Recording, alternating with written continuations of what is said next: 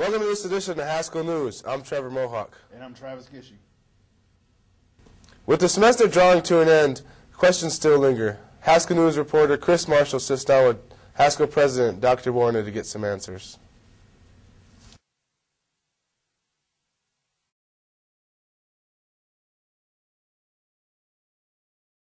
Well, the primary goal for 2009 is not just spring semester, but the whole year.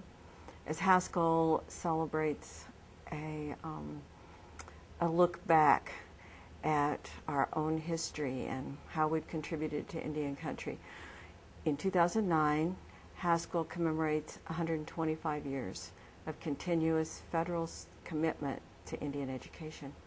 And as you know, that commitment started out trying to teach kids not to be Indian. In 2009, the celebration is about trying to teach them to be Indian. So we have a lot of activities planned. We're hoping to have a major event each month. The primary event will be in September when the schools actually opened, in 1884.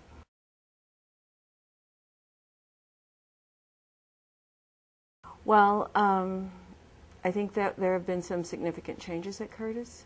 I think we still have a long way to go.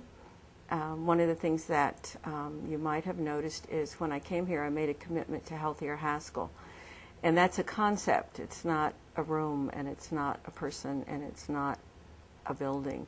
It's a concept that in a population where we absolutely know that our students and our faculty and staff have high incidence of diabetes, high incidences of heart disease, and high incidence of obesity, then we need to take some affirmative steps to think about how to teach people or reteach people how to keep their bodies healthy. So Haskell's not only about keeping your mind healthy, be careful what you put in your mind, but be careful what you put in your body. So there have been some significant changes. For instance, if you'd have been here a couple of years ago, the salad bar would have been a bunch of scrunchy lettuce. It's a little more complete now. I still think that there are some things we can do to expand that. We do have some plans to make some other additions and changes, but all in all, it's much improved, and I'm pleased with the progress we've been able to make in this short time.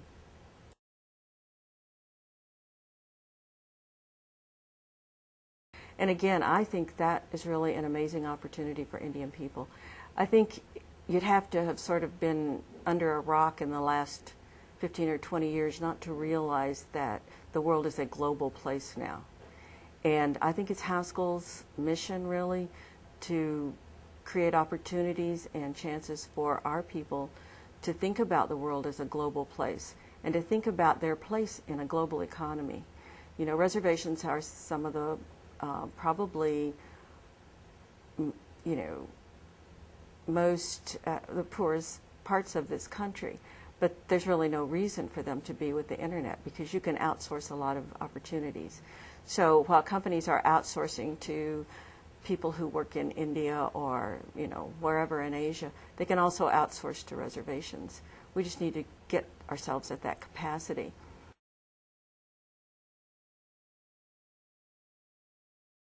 One of my goals is to make sure that Haskell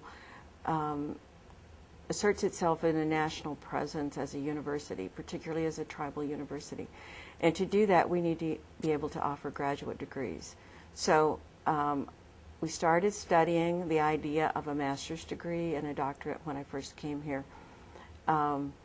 We have some obvious areas to build on. For example, it would be sort of a logical extension of our bachelor's of business administration to do a master's in business administration. That would be the logical next step for a graduate program. For the doctorate, it probably would be something like leadership and housed in the College of Education.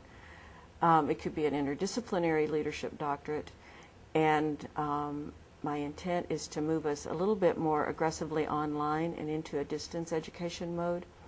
I think there are hundreds, if not thousands, of people, Indian people in this country who would be interested in taking Haskell courses but are not going to travel to Lawrence, Kansas to do that.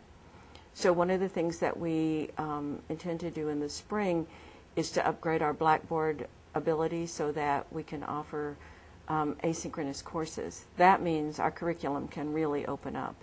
Now, right now, I'm building that idea off of the back of pretty much volunteers, people who are willing to give extra to develop a class and to teach a class online.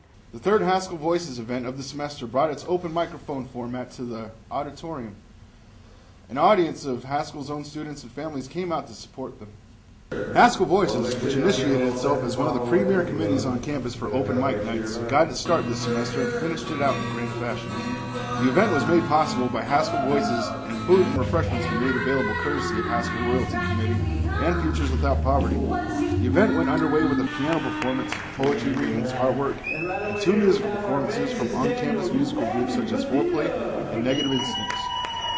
Haskell Voices committee member and participant Patrick Freeland explains the need for more student participants in future Haskell Voices events. We began the Haskell Voices committee as something that would work, something that was a collaboration of a bunch of people that had a similar goal.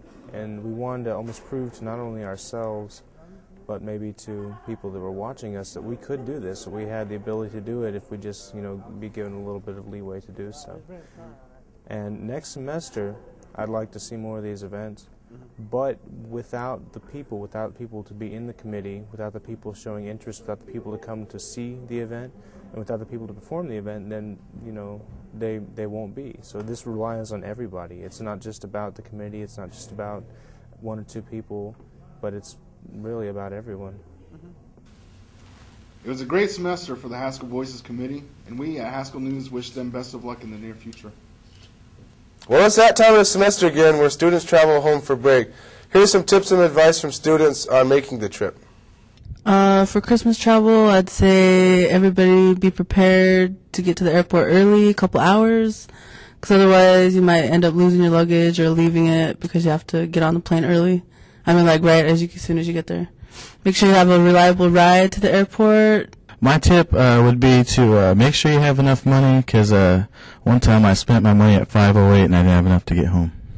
What I would do is go online and look for the cheapest gas prices for wherever you're traveling through. Try to get munchies for the long trip and don't drink too much, because then you have to stop constantly. Make sure you have reserved cash on just in case something happens, and check all your fluids. Map your route out so you don't get lost on your way home. Don't say bomb on the plane. Well, Travis, it's the end of the semester for TV1. Fine, let's take a look at the PSAs they completed most recently.